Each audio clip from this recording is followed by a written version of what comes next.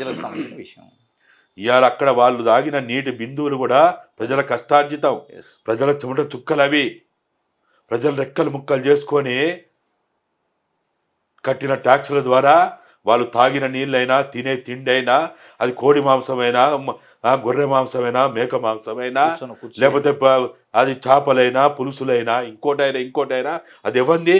వాళ్ళ కష్టార్జితమా?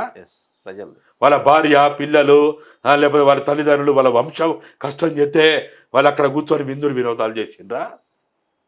ప్రజల కష్టార్జితం. పాలకులు కానీ, అధికారులు కానీ వాళ్ళు తాగే నీటి బిందువులు కూడా ప్రజల చెమట చుక్కలవి. వాళ్ళు తినే ప్రతి మెతుకు అది ప్రజల కష్టార్జితం. అది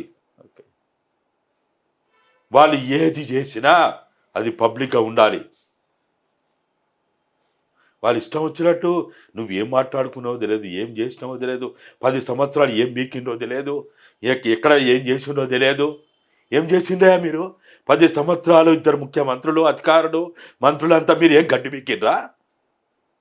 మా సొమ్ము తినుకుంటూ కోట్ల రూపాయలు మీరు ఎనికేసుకున్నారు. సిగ్గుండాలా మీకు? ఇంకా మేము ముఖ్యమంత్రులం, మేమేదో పేద పొడుగులాం అని చెప్పుకోవడానికి సిగ్గుండాలా మీకు?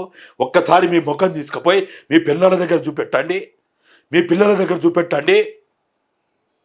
పిల్లలు పోయి అడగండి, మీ భార్యని అడగండి, మీ మనవరాలను అడగండి.